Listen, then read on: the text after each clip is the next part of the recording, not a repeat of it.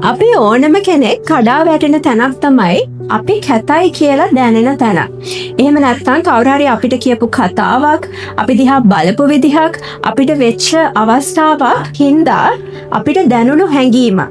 තමන් ගැන දැනුණු ඒ අවතක්සේරුව.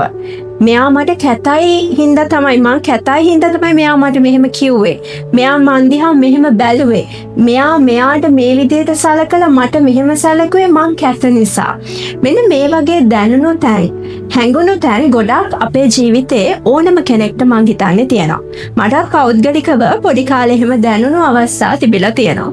ඉතින් මම වෛද්‍යවරියක් විදියට අද ගොඩක් අය ලස්සන කරන ඉන්ඩස්ට්‍රි එකක ඉන්නේ.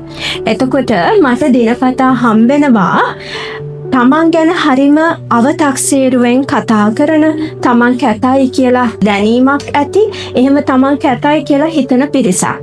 විශේෂයෙන්ම මංගාවට එනවා ගොඩක් යං අය, ඒ කියන්නේ අපි කියන තරුණ අය, ඇක්නි හින්දා, ඇක්නි වගේ කතාවක් හින්දා ඒගොල්ලෝ සමහර අය ඉන්නවා කාමරයෙන් එළියට බහින්නවත් නැහැ. කාමරේ දොර වහගෙන කිසිම දෙයකට කිසිම කෙනෙක් මීක් වෙන්න එළියටවත් යන්නේ නැති ළමයි ඉන්නවා.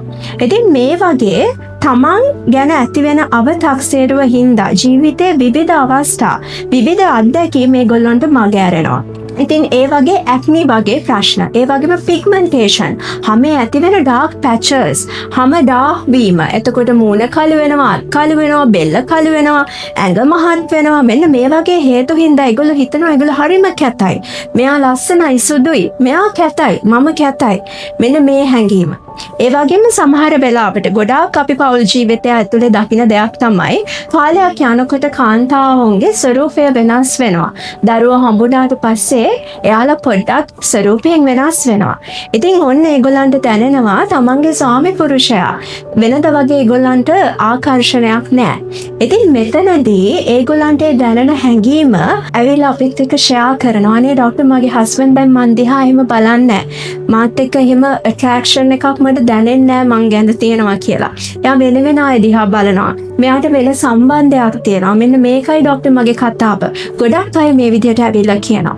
ඒ හැමෝම කියන දෙයක් තමයි මං කැතයි ડોක්ටර්. මං දැන් ඉස්සර වගේ නෙමෙයි. මට මේක වෙනස් කරලා දෙන්න. මෙන්න මේ වගේ ඔයාගේ ජීවිතේ හැරවුම් කතාවක් අනිවාර්යෙන් තියෙනවා.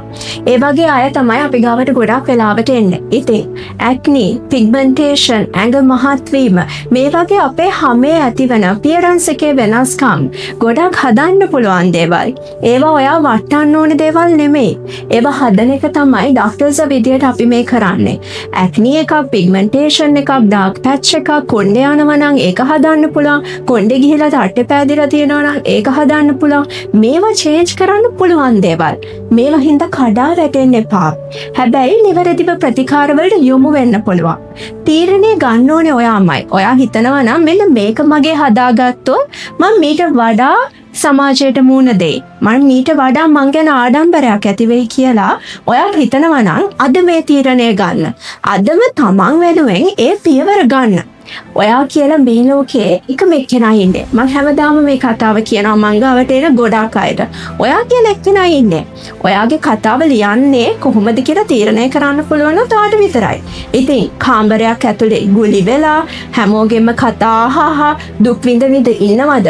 එහෙම නැත්නම් hina වෙලා ජීවිතයට මුහුණ දීලා ඔයාව ලස්සන කරගන්නවද?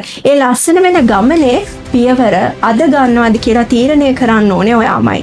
ඉතින් ඒ ගමනට අත දෙන්න තමයි ડોක්ටර්ස් විදියට අපි ඉන්නේ. මේ වගේ වෛද්‍ය ආයතන තියෙන්නේ. ඉතින් ඒවට යොමු වෙලා ඔයාගේ ජීවිතේ ලස්සන පිටුවක් අද ආරම්භ කරන්න. ඒක ඔයා වෙනුවෙන් ආරම්භ කරන්න ડોක්ටර් කෙනෙක් විදියට මම බලාපොරොත්තු වෙනවා. මගේ පුළුවන් උපරිම දායකත්වය ලබා දෙන්න.